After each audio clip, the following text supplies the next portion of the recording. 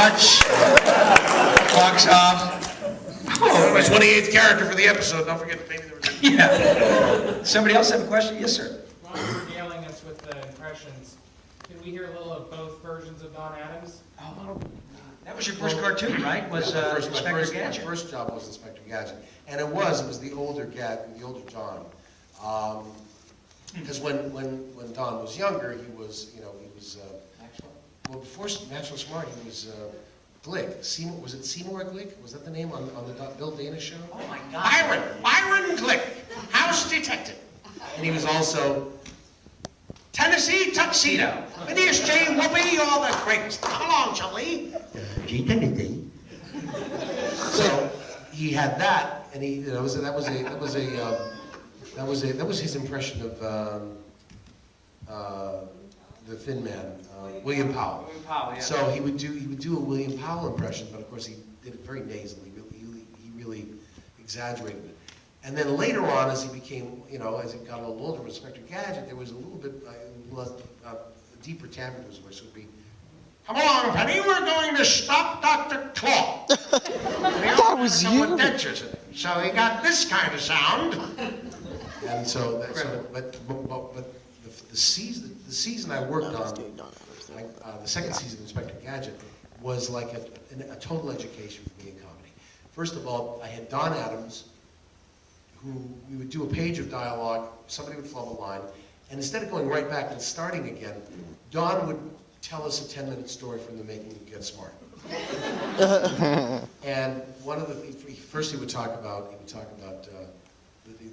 my favorite story is the one he talked about. I'll never forget when Rickles and I were chained to a wall. And we couldn't stop laughing. The whole morning they couldn't get the scene because we kept cracking each other up. So they called lunch at noon and they left us chained to the wall.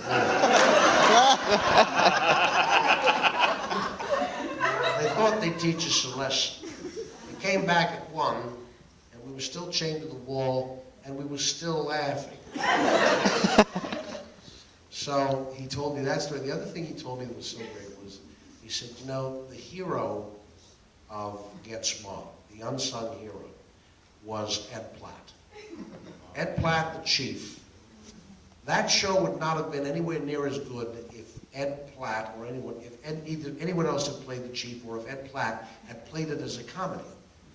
Ed Platt played as though he was in a spy drama, and he was running an efficient agency that had to deal with this idiot named Maxwell Smart.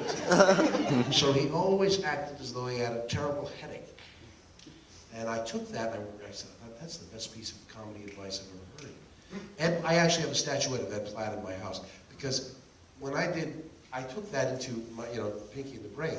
I played the Brain straight. Oh, totally. I don't play him for comedy. I play him as though, he's truly going to dominate the world, but he's got to deal with this. One of the best. That's why one of the reasons we picked Bubba Brain to play out of all of them is there's that one of the great lines where you say it must be inordinate. The French. It must be inordinately taxing to be such a boob. And I, of course, say, you have no idea. The reason we started too, this is sort of in polls of audiences, and then when people ask us, yeah. this is roundly considered the favorite Pinky and the Brain episode. This and the Christmas special. Oh yeah. I really found the voices. Yeah. When Pinky hands you the little keychain with the world on it, I cry, right? Yeah. That's what.